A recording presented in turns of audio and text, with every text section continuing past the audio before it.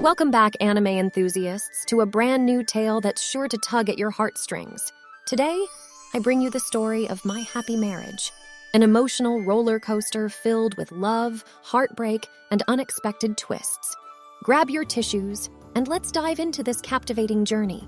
In the heart of the Saimori family, known for its mystical spiritual prowess, lives a girl named Mio, who is sadly bereft of these spiritual gifts. But what she lacks in powers, she makes up for in spirit and resilience. Tragedy strikes early when Mio's mother passes away, and her father, Shinichi, takes Kanoko as his new bride. With this union, Mio finds herself with a new sister, Kaya. Poor Mio. Treated as nothing more than a servant within her own home, her childhood is fraught with hardship and loneliness. Her only ray of hope is her childhood friend, Koji Tatsuishi, whose love for her burns bright. But alas, even love can't escape the cruel clutches of fate, as Kuji's father seeks a more prestigious match for his son. The star-crossed lover's dreams are shattered when Kuji is engaged to Kaya, Mio's own sister. Oh, the irony. Mio's father, seeing her as a burden, plans a seemingly cruel escape for her. He arranges her marriage to Kyoka Kudo, a soldier infamous for his foul temper and a history of scaring away potential brides. Despite his reluctance, Kuji has no choice but to accept this twist of fate, hoping that Mio will at least escape her family's clutches. With a heavy heart, Mio journeys to the remote Kudu estate, where she's greeted by Kyoka's servant Yuri. And then, the unexpected happens.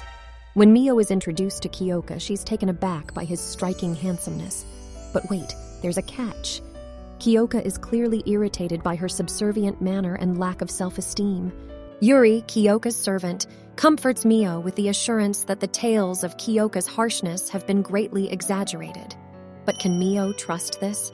Haunted by memories of her father's cold neglect after discovering her lack of Saimori spirit sight, she's left with a heart full of doubt. Imagine, dear viewers, Mio's excitement as she prepares breakfast, only to be met with Kyoka's suspicion that she's trying to poison him. Ah, the misunderstandings of new relationships. Kyoka, always on duty, leaves to train his soldiers, a special breed with supernatural abilities, for the battle against elusive creatures known as grotesqueries. But is the threat real or merely a shadow of the past? Meanwhile, Kuji moves into the Saimori home, discovering the tiny room that once confined Mio. Oh, how his heart must ache.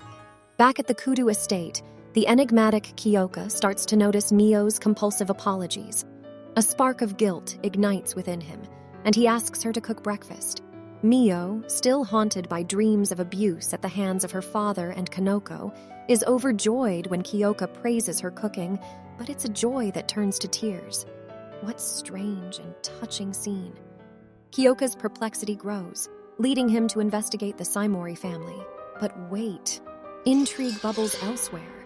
Kuji's father is livid at the news of Mio's engagement to Kyoka. Secrets unravel, revealing a previous agreement where Mio was to marry his eldest son, Kazushi. Her connection to the Usuba family makes her a valuable bride, even without spiritual powers. Kyoka invites Mio on their very first date. A momentous occasion indeed, but oh, the uncertainty. Mio, inexperienced in the ways of love and desperate not to be a bother, is at a loss for what to do. Meanwhile, tension simmers elsewhere. Kuji's father, furious at losing the valuable Usuba bloodline for his eldest son, Kazushi's future offspring, conspires with Shinichi. The cunning plan? Once Kyoka rejects Mio, Kazushi can swoop in to claim her. Poor Kaya overhears, frustrated and suspicious of Kuji's lingering feelings for Mio. But let's return to our star-crossed lovers. Kyoka, ever the gentleman but still enigmatic, secretly commissions a beautiful sakura blossom kimono, remembering how Mio mends her own clothes. Such thoughtfulness. Mio, fearful and hiding her lack of spiritual gift, receives a comb from Kyoka, despite Yuri's claim that a comb signifies a proposal. Is it a sign of affection or something more? The plot thickens as Kyoka receives the results of his investigation into the Saimori family. Disgusted by the blatant evidence of their abuse towards Mio, he learns of her lack of spiritual magic and her connection to the Usuba family. But wait, an unexpected twist as he furiously destroys several Shikigami, discovering someone spying on him. Who could it be? What do they want? Mio, our tender-hearted heroine, seeks Yuri's advice in choosing a gift for Kyoka. What could be more special than something handmade? The thoughtfulness of love. She selects a kumihimo, knowing Kyoka's habit of tying his hair with one. Kyoka, in turn, bestows Mio with a protective charm. How sweet. But wait, dear viewers, a twist of fate occurs as Mio encounters Kaya and Kuji while shopping. The air thickens with tension, doesn't it? Now brace yourselves for a bold move. Kyoka visits the Saimori, laying down the law. No traditional benefits for them unless they apologize to Mio, the gallant hero standing up for his beloved. But Kaya, still a thorn in Mio's side, begins her taunts, only to be silenced by the discovery that Mio is still engaged to Kyoka. And when she meets Kyoka, she too is struck by his handsome features. Yuri, ever the wise one, impresses upon Kyoka that Mio needs his unconditional love. The response? Kyoka invites Hana, a servant Mio was close to in her childhood, for a visit, bringing tears of joy to Mio's eyes. The pieces fall into place as Mio realizes Kyoka must know her entire history, including her lack of spiritual abilities, yet still wants to marry her. Relief and joy overflow as she gifts him the kumihimo, and he vows never to reject her. But what's this? The shadows of deceit lurk as Kuji's father, spying through Shikigami, plots desperately to break the blossoming love with a wicked plan involving Kaya. Mio's eyes sparkle with delight as she accepts the beautiful kimono from Kyoka. It's more than just a piece of clothing. It's a symbol of their growing friendship and trust. Can you feel the warmth in the room? Meanwhile, things are stirring up. Kuji's father, Mr. Sneaky, shows Kaya the photo of Mio and Kyoka, and her reaction is priceless. It's like a mix of shock and green envy. Recognizing Kyoka as that handsome fellow, she begins to seethe with jealousy. This doesn't bode well. Poor Mio's nightmare brings her to tears, but Kyoka's there, like a calming breeze. He consoles her, showing a side of tenderness that just melts your heart. Sweet dreams, Mio. Enter the scheming Kaya with her wicked plans. She wants to break up Mio and Kyoka, but Shinichi ain't having it. Her next move? Offering Kuji a chance to marry Mio. It's like watching a chess game, only way more dramatic. Hold on to your seats because things are about to get wild. Mio's kidnapped after forgetting her protective charm, and secrets are unveiled. Kuji discovers the dark plot, and even worse, his father's knowledge of Mio's abuse. It's a betrayal that hits hard. Kuji's anger unleashes his powers, but alas, he's defeated and restrained.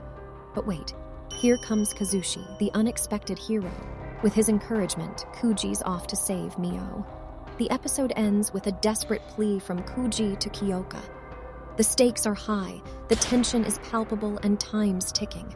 Mio finds herself restrained by Kaya and Kanako, the sinister duo.